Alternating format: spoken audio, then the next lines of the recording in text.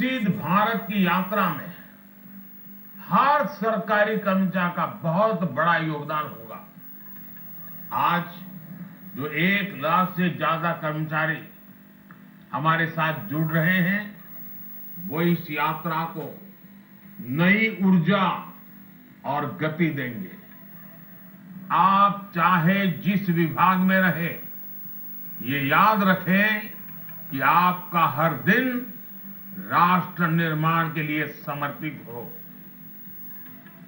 इस वक्त दुनिया में सबसे ज्यादा युवाओं की संख्या भारत में है। पीएम मोदी ने पिछले महीने नासिक में कहा था कि देश का अंदाज और मिजाज दोनों युवा है, और मोदी अब इन्हीं युवाओं के सहारे 24 को साधने की कोशिश कर रहे हैं।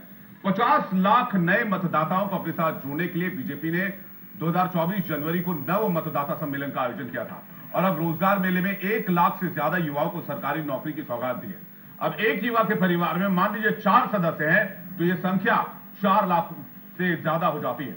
अब आपको यह भी बता देते कि मोदी जिन युवाओं को नौकरी का लेटर दे रहे हैं, वो काम कैसे करेंगे।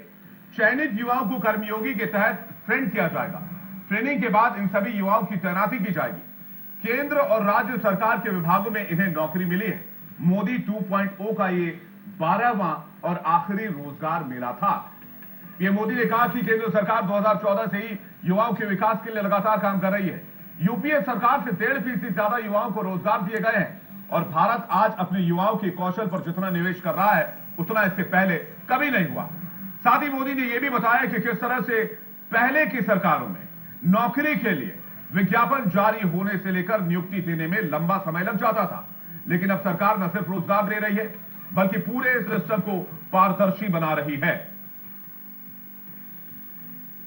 2014 के बाद से ही हमारा प्रयास रहा है कि नौजवानों को भारत सरकार के साथ जोड़कर उन्हें राष्ट्र निर्माण का सहभागी बनाएं।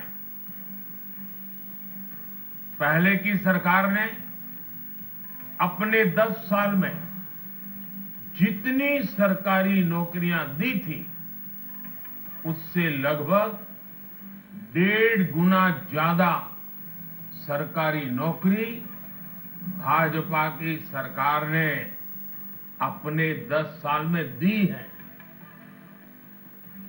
और अब बात प्रधानमंत्री नरेंद्र मोदी की एक और बड़ी कामयाबी की करते हैं। किस तरह से प्रधानमंत्री मोदी ने देश के जवानों को मौत के मुंह से निकाला। कहानी बड़ी दिलचस्प है, आपको डिटेल से बताता हूं। बात सबसे बड़ी खबर की। कतर में नौसेना के 8 पूर्व सैनिकों को फांसी की सजा मिली थी, लेकिन जिनको सजा मिली थी वो भारत लौट आए और